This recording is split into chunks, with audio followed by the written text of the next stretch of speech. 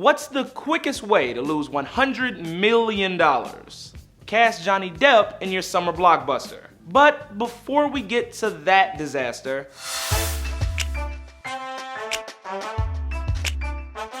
it's all of us against a god. And the most powerful beings on Earth. Taking the #1 spot this week is Xmen Apocalypse, bringing in an estimated $65 million in its Memorial Day weekend debut. Analysts expect the film to bring in $80 million before the holiday weekend is over. As far as X-Men openings go, this isn't the worst, but it's pretty bad. Xmen Apocalypse is the 6th best opening in the long history of the franchise, and if you adjust for inflation, it's the worst opening of the group by quite a bit. But what's more surprising is the particularly bad critical reception for this new installment.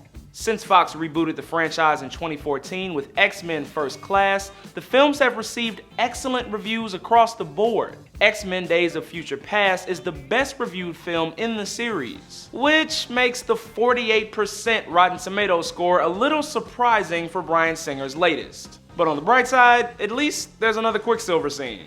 On to #2. Wait!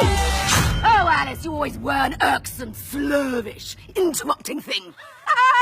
Taking the #2 spot this week in truly disappointing fashion is Alice Through the Looking Glass, bringing in about $28 million in its domestic debut. Tim Burton's latest looks amazing, and for good reason. It cost $170 million to produce, almost as much as X-Men Apocalypse. But with a great budget comes great bills, and those bills are going to be hard to pay with a lackluster debut and awful reviews. Story-wise, Alice Through the Looking Glass is totally nonsensical and not in the endearing episodic way that Carol's books are known for. You're back, Alice! Alice! The Alice? The original Alice in Wonderland film received similar criticism, but it ended up bringing in more than $1 billion worldwide, and as we know, nothing helps a big studio ignore movie critics like ticket sales. Finally, at #3.